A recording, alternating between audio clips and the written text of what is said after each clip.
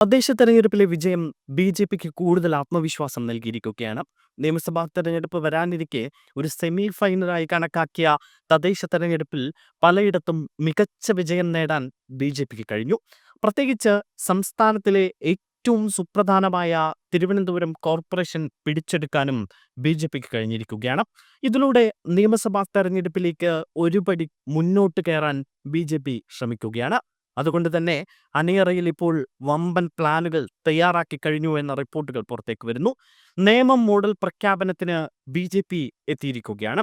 തലസ്ഥാനത്ത് നിയമസഭാ സീറ്റുകളിൽ നേരത്തെ സ്ഥാനാർത്ഥികളെ പ്രഖ്യാപിക്കാൻ ഒരുങ്ങുകയാണ് ബി.ജെ.പി. നേമത്ത് താൻ സ്ഥാനാർത്ഥിയാകുമെന്ന് ബി.ജെ.പി സംസ്ഥാന അധ്യക്ഷൻ രാജീവ് ചന്ദ്രശേഖർ നേരത്തെ പ്രഖ്യാപിച്ചിരുന്നു. വട്ടിയൂർക്കാവ്, കഴക്കൂട്ടം, തിരുവനന്തപുരം സീറ്റുകളിൽ നേരത്തെ സ്ഥാനാർത്ഥി പ്രഖ്യാപനം വരും. നിയമസഭാ തെരഞ്ഞെടുപ്പ് ചർച്ചകൾ ഇന്നു മുതൽ ആരംഭിക്കുകയും ചെയ്തിരിക്കുന്നു.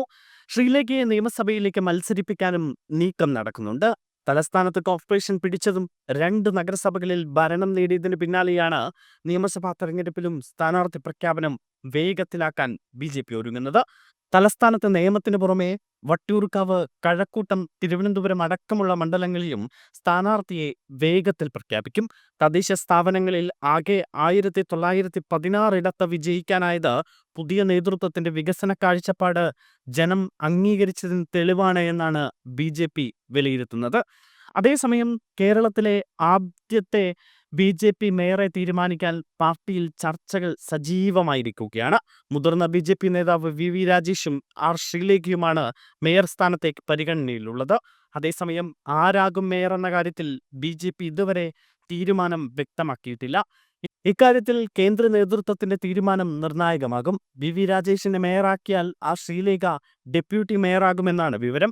ഇത് സംബന്ധിച്ച ചർച്ചകൾ ബി.ജെ.പിയിൽ സജീവമാണ്. ഉടൻ തന്നെ ഇക്കാര്യത്തിൽ തീരുമാനമെടുക്കാനാണ് നീക്കം. അന്തിമ തീരുമാനം വൈകാതെ ബി.ജെ.പി പ്രഖ്യാപിച്ചിരിക്കും. എന്തായാലും നിയമസഭാ തെരഞ്ഞെടുപ്പിന് മുൻപ് ബി.ജെ.പിക്ക് കരുത്ത് കാട്ടാൻ കഴിഞ്ഞത് നിയമസഭാ തെരഞ്ഞെടുപ്പിനെ ആത്മവിശ്വാസത്തോടെ നേരിടാൻ ബി.ജെ.പിയെ സഹായിക്കുന്നതാണ്.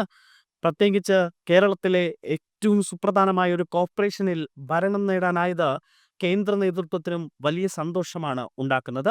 ബി.ജെ.പി നിയമസഭാ തെരഞ്ഞെടുപ്പിൽ വലിയ നീക്കങ്ങൾ നടത്തുമെന്ന സൂചനകൾ ഇപ്പോൾ തന്നെ പുറത്തുവിട്ടു കഴിഞ്ഞു.